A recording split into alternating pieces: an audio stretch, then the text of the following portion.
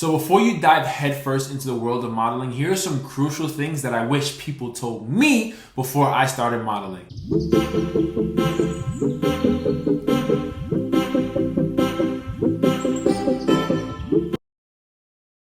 Shaquille Simmons, 30 years old, from Long Island, New York, and I've been modeling for 10 plus years now. I'm signed to Wilhelmina in New York City, and both of my kids are signed as well. And actually, my daughter just shot for Walmart. I've been with 3 different modeling agencies, and I've seen a lot. I've learned a lot from photographers, from clients, from photo shoots, different settings, different locations, experience with other models. So I feel like I'm in a position to be able to help people out before they get inside the modeling game. So let's get right into it. And without further ado, number 1 is understanding the types of modeling, right? So are you a fashion model? Are you a fitness model? Plus size modeling, petite modeling, hand modeling? There's so many different types of modeling, and it's just important that you understand them so that you can understand which one you actually want to dive into. Once you break it down, and the easiest way to decide what type of modeling you are or what type of modeling you're going to do is just pretty much understand what is it that you represent. Are you always in the gym? Are you a fitness freak? Maybe fitness modeling is for you. Are you plus size? Are you petite? Are you under 5'7", right? So if you're under 5'7" or under 6 foot for guys, that's petite modeling. So understanding what it is that you're actually going to do is going to help you out, not just with knowing the types of modeling,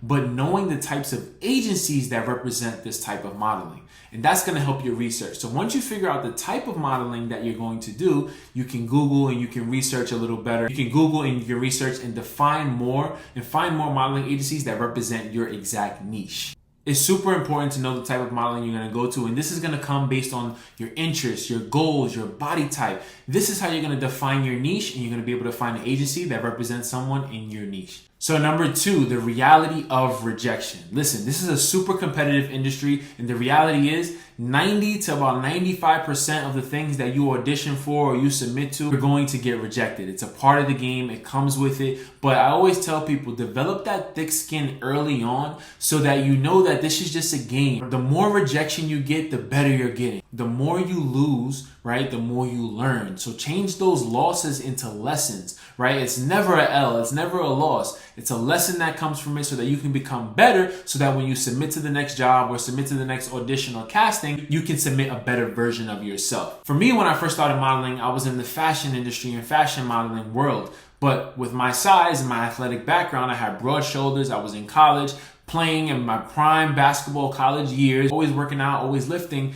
I was more of a fitness model, but I didn't know yet at the time. My agent didn't know at the time because he was trying to gear me into the fashion world because of my face and my features and my eyes. Now, I got rejected countless amount of times. I can tell you I went to Gucci castings, Armani, all these high-end brands that as soon as I walked in the door, they would just be like, yeah, no. Like sometimes I didn't even get to put on the clothing, but it's okay because it taught me a valuable lesson. It taught me the game of rejection, and it taught me thick skin and understanding that a no is just a not right now, right? Or maybe you're just not the one for this, but there's a plan for you. There's a route for you. You have to figure it out. But the only way to figure it out is going through those things that you think are losses, going through those things that are going to reject you, okay? So that's how we grow, and that's how you get better. Understand this is a tough game, and it's full of rejection. But with resilience and a positive mindset, you can go so far. Number 3 is understanding the business side of modeling. And I want you guys to really think about this. It reminds me of, I'm an athlete, and it reminds me of the NBA or the NFL, and understand that, listen, LeBron James might be on the Lakers, but the Lakers at the end of the day still got to make the best decision for the Lakers, right? It's a business at the end of the day. So with modeling, you need to treat it like that. You need to become a professional and understand that you're working for these high-end brands like Target, Nike, whatever the case may be.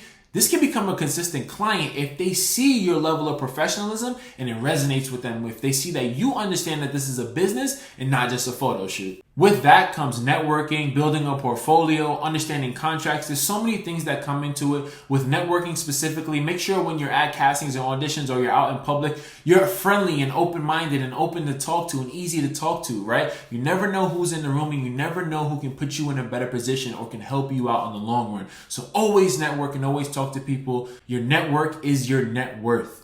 Never forget that, okay? Building your portfolio is super important to build your portfolio and to build a diverse, wide range portfolio. Check out my other video on building a portfolio, or you can comment portfolio below and I'll send you a direct link to help you out so that you understand what goes into actually building a portfolio. Check out my previous videos where I discuss everything that comes into building a portfolio and making sure you have all these different types of shots in your portfolio to keep it diverse. Your diversity shows your range. Once you have more range, more clients feel like they can book you and utilize you in different situations and different photo shoots. Understanding contracts is super important. Let's say you've gone through hell and back to find an agency. Now that you found an agency and they've presented you a contract, you're looking at the contract like, what is going on? I highly recommend to hire a lawyer or find someone in your family who's good with contracts that they can break it down and tell you what's actually going on. And understand that these contracts, when you have an agency or a manager, they represent you. So if there's something that you don't resonate with within the contract, go back to them and say, hey, I think we need to change this out. I don't like this piece. Let's add this, so that you can feel comfortable that you are locked into something that you agree with.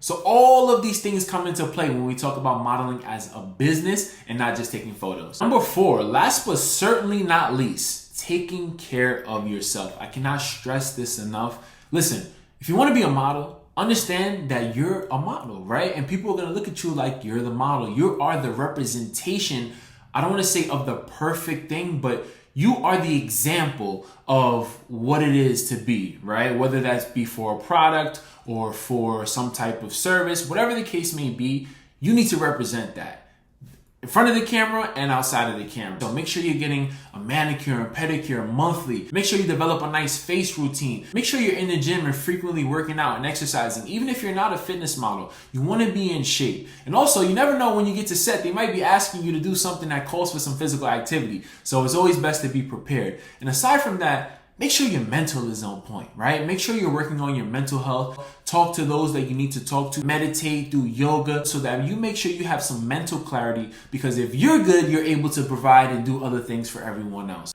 With taking care of yourself, I wanted to discuss the pressures and stereotypes within the industry. Understand that, listen, you are your own person. You don't have to try to be like someone else. Obviously, yes, you can get ideas and learn from others like myself, like you're doing now, but understand it doesn't stop here. You create the image that you want to create. Whatever it is that you represent and you resonate with, go with that. Don't let anyone tell you anything. Obviously, yes, you might have to adjust and adapt when you listen to your manager and your agencies, depending on your hairstyles and stuff like that. Be coachable, of course, but understand that you are you. And that's the best version that's going to show up every single day. And not trying to be someone else. And also understand that we can break these stereotypes. There's so many stereotypes within the modeling industry. And the main one that we always thought, right, was that you need to be skinny to be a model. And look now. And if you ask me, if I was a fashion designer, if I had some type of brand and I was getting models, I want everybody wearing my stuff. Short, tall, green, purple, blue, it doesn't matter, right? So things are changing. We're breaking the stereotypes, but stay true to yourself in the long run. Taking care of yourself is something that's very underrated, especially for men. So I just wanted to emphasize on that and let you guys know that that's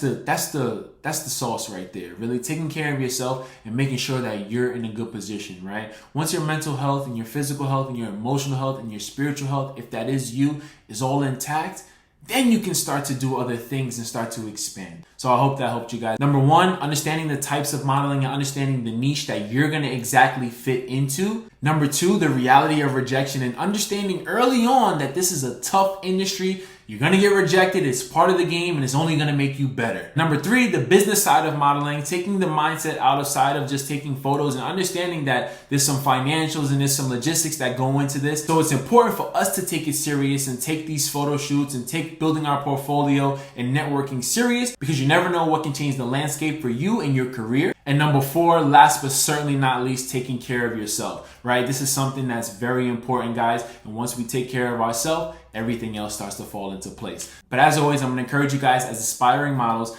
to always do thorough research. Always do thorough research on the agencies, the types of modeling, the niche, so that you are well prepared before you actually dive in. And most importantly, pursue your dreams. Pursue your dreams, but pursue your dreams with the reality that the industry is tough. But if this person is doing it, if I'm doing it, if she's doing it, so can you. So I hope you found this video helpful. Follow for more modeling content. Like, comment, leave a question, subscribe. Listen, I can give you guys the sauce, but I can't give you the recipe. If you want the recipe, I'm gonna attach my ebook below. How to model so you can launch your modeling career is gonna go into depth of everything I just explained, but way more. So I'm gonna attach that in the link in the description. And also kids modeling. And if you wanna get your kids into modeling like I did myself, I'll attach that ebook as well below. You can check out that link. Hope you found this video helpful. Thank you for watching. And as always, let's continue to strut our way to success.